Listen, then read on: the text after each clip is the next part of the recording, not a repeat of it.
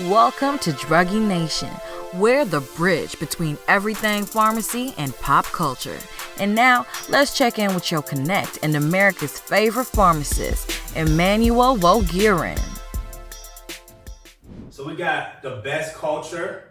We got the best swag by far in Africa. Y'all are welcome. Alright, just you wait. As soon as we fix our corruption issues, look out. He said, as soon as we fix our corruption issues. 150 years from now. but I see the reason I bring that up, though, I bring that up completely unrelated to give you guys an idea of what this episode is going to be about, alright? No, I gotta tell you a little bit about Liberia, though. So Liberia, for those of you guys who don't know, you know what? Is that a country in Africa? It's a country overseas. So Liberia, like the name Liberia, is the land of the free. Guys. Liberation. I get that. So that's where the free slave, when slavery was abolished in the United States, the free slaves that left from it, they funded Liberia. Oh, really? Yeah, that's why it's called Liberia. Even our capital city, Monrovia, is named after the American 5th president, James Monroe.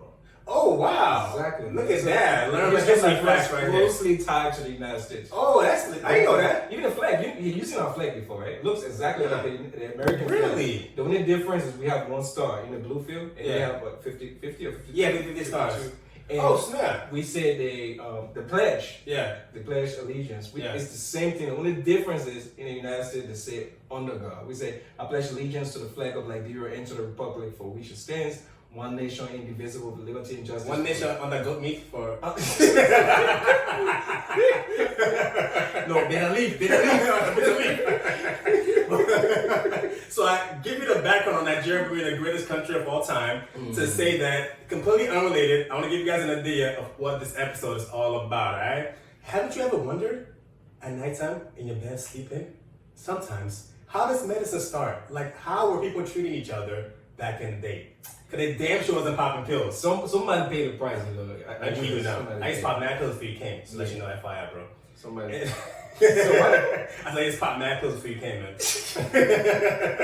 I believe it. Somehow I believe this, brother. I do. So, since civilization, right, started in the motherland, I thought about this great idea. Now, since I have no clue about anything involving natural medicine from Africa, I asked my dad, and he sent me a few resources to look into, right? I was like, it would be a great idea to do a podcast series on natural African, remedies like that come naturally from the motherland, right? From Mother Earth's resources. Plants you can find in rural areas of Nigeria and all over the African continent, really, right? African countries, right? So pretty much, I want to do a series on Africa's resources, their natural medicines, natural remedies, right? So let's get it started on our topic of the day. Right. So today's topic is gonna be on bitter leaf. That's how you say it. That's a proper way to say it. Bitter leaf. Right? I love how simple and to the point that name is. So many of you out there, all over the world, may not be familiar with this plant. In Nigerian culture, or at least from my particular Benin culture, we use bitter leaf in our foods, and usually we make it in a sort of soup or stew to kind of eat it with something. Right? Some of you may or may not have heard of fufu or pounded yam. You know about that life, Fufu pounded yam life? Fufu pounded yam, man. So you always have somebody in your family that makes you your lunch every day for work. I'll be jealous. Silo always comes to work. How about you, bro? not African food. I get jealous of you too, man. Not African food. Man, but still, he brings some good food away. And the smell. I went to the break room the other day, and you were eating, bro. As soon as I entered the break room, I'm like, what's going on here? Everybody else asks for my lunch. Everybody else was asking for my lunch. So, but back to the topic, right? So, as a kid in Nigeria eating this food, right? All I knew was that it was named appropriately because, man, that shit was fucking bitter. Nasty. But usually it was cooked with like meats like goat meat or cow or chicken. So that took my mind over how bitter it was because, man, I love me some goat meat. Shout out to Celo's. I think it all depends on how they prepare it. Yeah, that's true. In Liberia, it was the way they prepare it in Liberia is not that bitter. To be honest with you. Really? They put sugar in it? It's really good. No, they put no sugar. Don't put sugar. Seasoning and meat and chicken and whatever. It's really good. Though. It's really good? Yeah. I didn't even, growing up, I really didn't think it was anything medicine or anything like that. Yeah. I just thought it was just some stew. Exactly. Some ignorance. No, exactly. I don't think any of us thought it was like medicine. We just ate it because we were eating food. Yeah, good food. It had goat meat in it, so it was good. so goat meat. As you can tell, I love goat meat. So what is bitter leaf? Actually, you might be asking yourself out there. This guy's talking about Nigerian and Liberian culture. Get to the point, guys. Okay, we'll get to the point. What is bitter leaf? The herb known as bitter leaf, or codename Vernonia amygdalina, is a shrub or a small tree that can't really, it can really get tall. It reaches up to 23 feet in height when it's fully grown. Now, bitter leaf has a gray or brown colored bark, right, which has a rough texture and is flaked. Now, the herb bitter leaf is an indigenous African plant, and it grows in most parts of sub-Saharan Africa.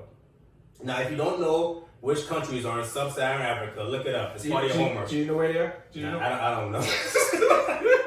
I'm trying to play it off. I don't even know. Oh my God! You know what? Let me say, I actually cheated a little bit because I actually went online this morning and I was looking up Sub-Saharan. So Sahara just said actually in North Africa, so just below North Africa. Below North Africa, you said? Below North Africa. Yeah, that's true. So Okay. Like Mauritania, Mali, and You know what I found out too when I was doing this woke research?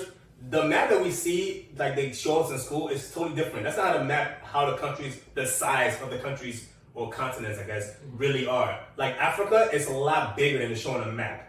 And the United States is a lot smaller, like on a map. Like the size land-wise. In school, Africa?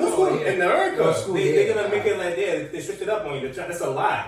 Like, Google a real map of the world, and you see like the size, actual landmass of each continent and country. It's like really fascinating stuff.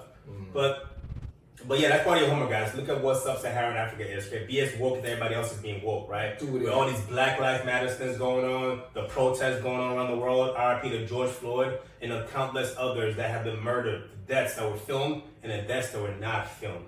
All right? I know it's also past too, but happy Juneteenth and happy Father's Day. I got a lot of sons out there, I got a lot of kids, a lot of children out there. That's right. Yeah, I don't know who they are, but I know I got kids out there. That's right. I appreciate it, bro. Thank you very much. Thank you. Happy Father's Day. But I digress, all right? So the East African country of Tanzania actually is traditionally linked to this plant, and fresh bitter leaf, right, can be found growing wild along the edges of agricultural fields, right? It's a medicinal plant, and it's very important in human diet because of the presence of vitamins and mineral salts, right? So it's very important protective food, and it's useful for the maintenance of health and prevention, really, of various diseases, which we'll kind of get into a little later. So apart from using it for cooking, bitter leaf is rarely used for any other thing because people are unaware of all the great health benefits we're going to talk about later on. So after this episode, I'm going to need y'all to get familiar. All right? Get familiar. Do you know who discovered? Because all along, right, I thought bitter leaf was just something in Liberia. I never knew that it was in all That's true. Me too. So when you told me about it, oh, really? You guys know what bitter leaf is? It's I don't know who discovered it. I don't know either. You think, like, how do people discover a lot of things? First off, like, you have to try and eat it. Somebody's on a plane over. Back in evolution, when all those guys, like, they before the Homo sapiens. The Homo sapiens. You know what they call Homo sapiens or Homo sapiens? Sapien. Or Homo erectus at the beginning. They paid the price. I think somehow they paid the price. They went out looking for food. Trying different leaves and see which one tastes good and which one. That's a good point. It was passed down in each culture, like the kids and kids. Marijuana discovered too, bro. Somebody try that thing. Oh, of course. This is something good. Let's smoke this. We've been eating it all the time. Let's smoke this and see how it is. That's how marijuana was discovered, guys. FYI. Try and error. Try and error. That's life. Life is trial and error. But you mentioned that cooking part of it, CeeLo. That's a good point to bring up because the bad part about this, though, is that whenever it's actually used for cooking, almost all the nutrients, all the, factors that make it the plant it is, it's all washed up with the leaves, right? And even more of it is lost in that process. So it's really only a little bit of its nutritional and health values and benefits that you have after you actually cook it. So it's better to consume it when it's not cooked, because that waters it down, right? Now, but of course, bitter leaf has a bitter taste, and it's true that most people can't stand it. In Liberia, they put sugar in their bitter leaves. No sugar in anything. I have to get my mom to make some bitter leaves so they bring it to work for you. So you try it. My parents are all the way in Boston, man. They can't be doing that. I'm telling you, I'm gonna give him a bottle of make bitter leaf. Please, bro. Put some goat meat in it, please. I beg you. And cow feet. So what was I saying? So it's true that most people can't stand it because it's kind of bitter. But remember that the best of medicines comes with a bitter taste. That's right. That might be a lie, I don't know really. But bitter leaf is ranked high among the bitter medicines, of course. Look at the name. Another nutrient, bitter leaf. Another nutrient in bitter leaf is actually called vitamin E. Right, that's an antioxidant that fights against free radicals, which can be actually harmful to your body. So bitter leaf also contains antibacterial compounds that give it the bitter taste. That's where it comes from. It's antibacterial compounds that actually give it the bitter taste. I believe it's called sesquiterpenes. Some long name. You know, it also has some anti-inflammatory properties. Yeah, anti-inflammatory.